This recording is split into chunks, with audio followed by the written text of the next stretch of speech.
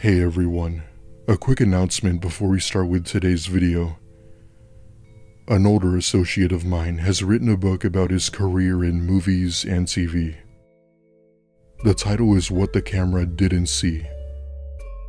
He writes about films he worked on, including Taxi Driver and The Terminator. There's also a pretty juicy personal story about his girlfriend who winds up marrying his father. Yes, that's right. His girlfriend became his stepmother. I know, pretty weird. Anyway, it's available for purchase on Amazon, and I highly recommend picking one up. I'll also be leaving it in the description and pinned comment. That being said, let's get on with the stories.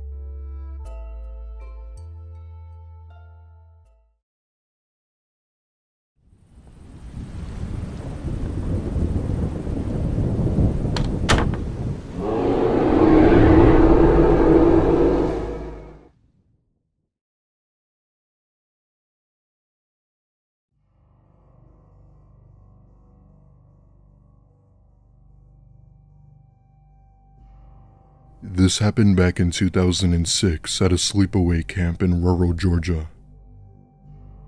I was around 13 years old, and it was the midsummer, meaning no school for a whole 3 months.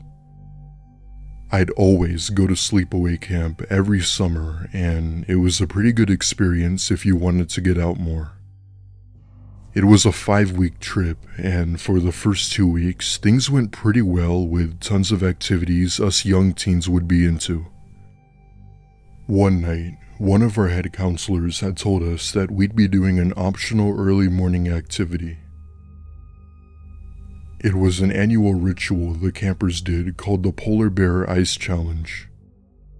Basically, how it worked was one of the counselors would throw in a watermelon at the bottom of a lake, and the first person to find and grab it won a prize. However, the only hazard was that the water was extremely cold, even during the summer. It was a meaningless activity, but we enjoyed doing it. The next morning at around 6 a.m., the campers who had volunteered woke up, and 2 of our counselors led us to the lake. The counselors lined us up on the dock and explained the rules. No teaming, no horseplaying, no fighting, etc. That being said, he grabbed the watermelon, threw it into the lake, and blew the whistle. We all dive in and were met with the extreme coldness that almost caused us to get out. I tried diving back into the water to try and feel for the melon when something grabs my foot and starts pulling. Figuring it was another camper, I tried resisting to make him let go. It was then when I realized that whatever was pulling me didn't feel like a hand. It felt so abnormal, I couldn't see what it was. After what seemed like forever, I managed to go to the surface where I could see all of the scouts on the bank looking at me. One of the counselors immediately realizes as to what's happening and dives in and manages to make whatever was drowning me let go. He pulls me to shore and everyone is questioning me, but all I could tell them was that something had pulled me. The 2 counselors look at me, and my ankle is bright red. We go back to camp where my parents and a health assistant were called. The staff at the camp had dismissed the redness as a rash, but none of us bought it. I haven't been back to that site since, and I'm not sure if I ever will. I still don't know what it was that grabbed me, but I sure as hell don't want to find out.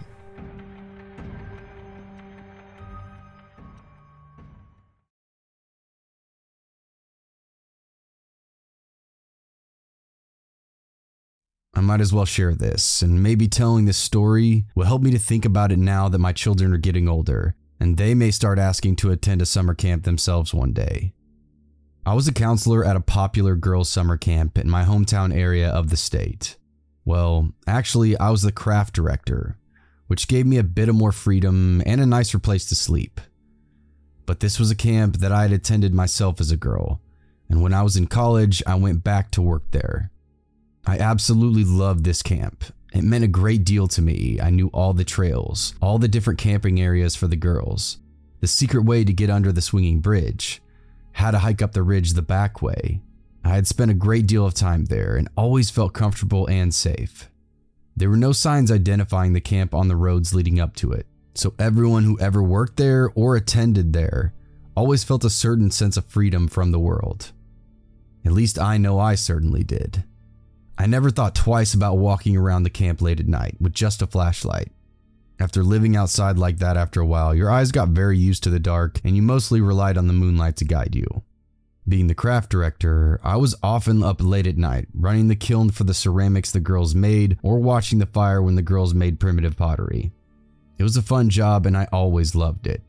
The camp was set down in an area with lots of big trees, vines, brush, and a stream that ran straight through it. There's also a nice ridge that made for great climbing and gave a great view once you got to the top. Behind that ridge was a cattle pasture that was held by a local cattleman and was not accessible from any roads. You would have to travel over this cattleman's land to get to this ridge, unless you walked in by the front gates of the camp. If you walked in this way, you would have gone through a locked gate, a tall fence, the caretaker's house, which was a middle-aged man and his wife, then also by the camp director's cabin, and then walked at least a mile to get to the ridge itself. This is important to remember. The craft house was up by the ridge, so you could be on top of the ridge and look down onto the craft house.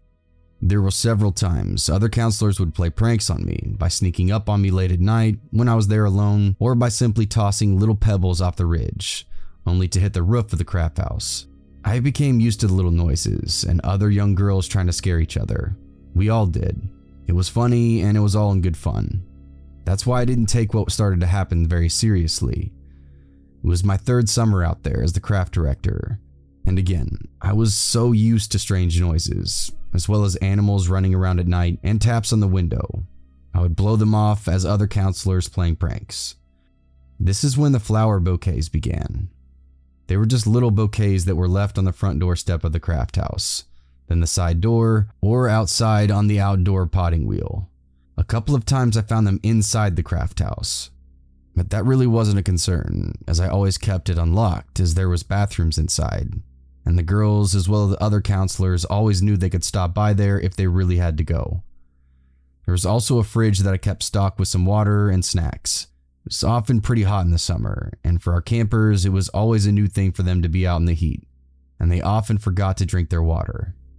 The bouquets themselves were small, like something a girl would do who admired you. I always tried to draw out the girls who were having a hard time fitting in at camp, and I really thought this was just a way for one of them to tell me thank you.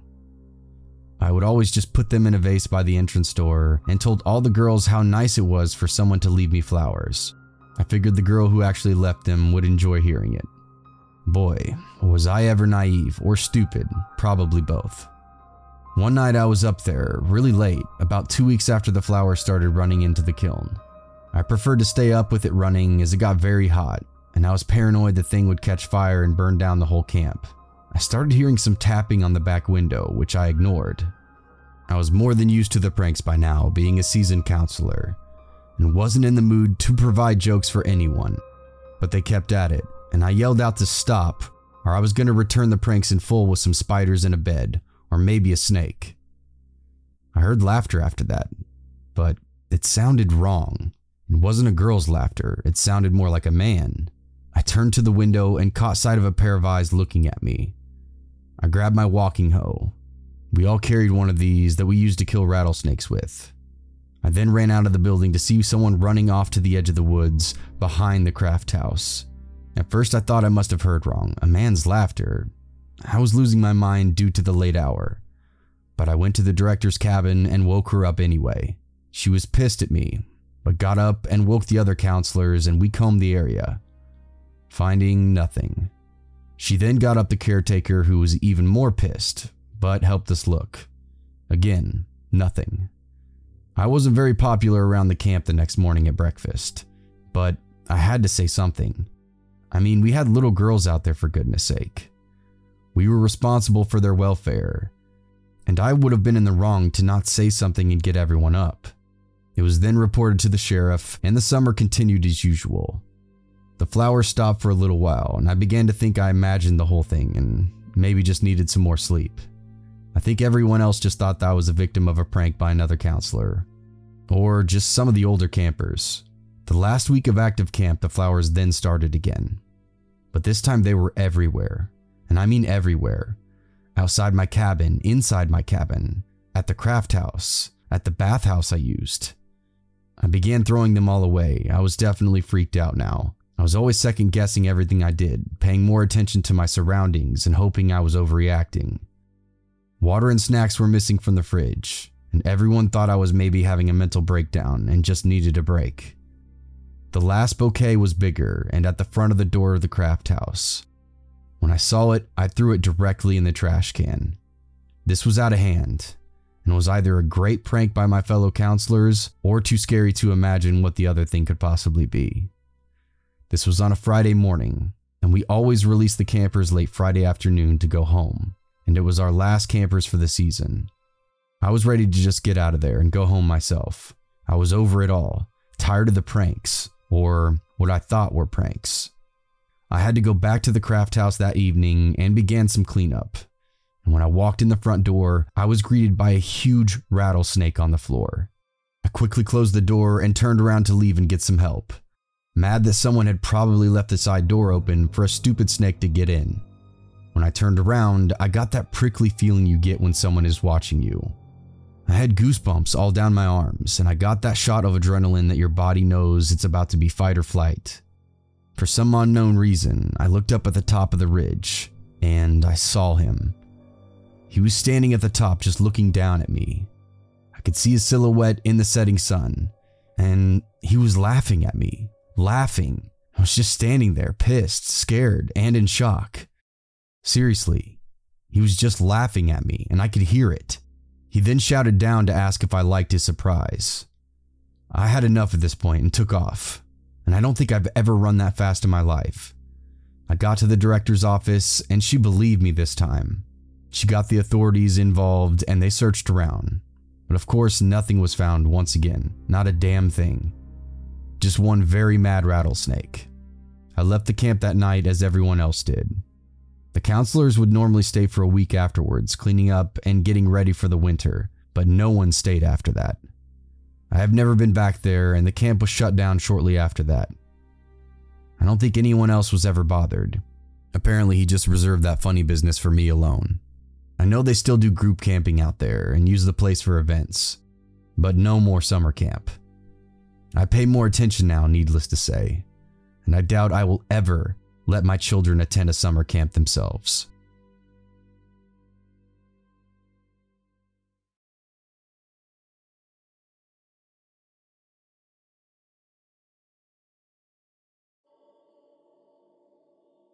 This didn't happen directly in summer camp, but rather outside of it.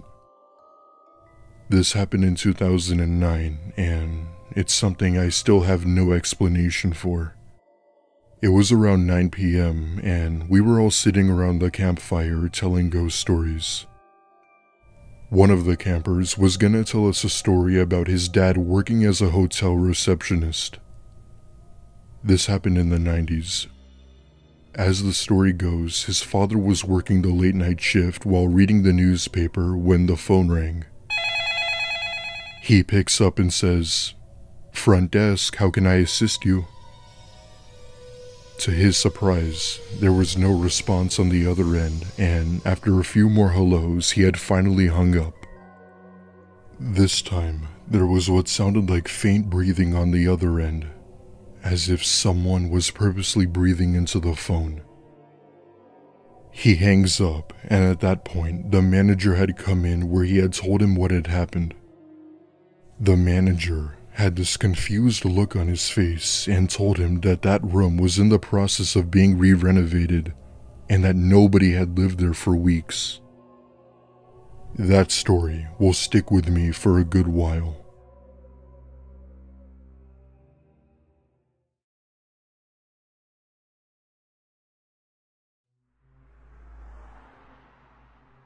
This is my first post here. This experience still gives me chills to this day. I actually have a few other camp encounters that I can share if anyone is interested. North Georgia is a mighty interesting place. So a few years ago, I worked at a Jewish summer camp in North Georgia. As many of you might already know, Georgia is a fairly conservative state, as well as being predominantly Christian. There are small Jewish communities and a few summer camps. I'd say this camp was more culturally Jewish than it was religious.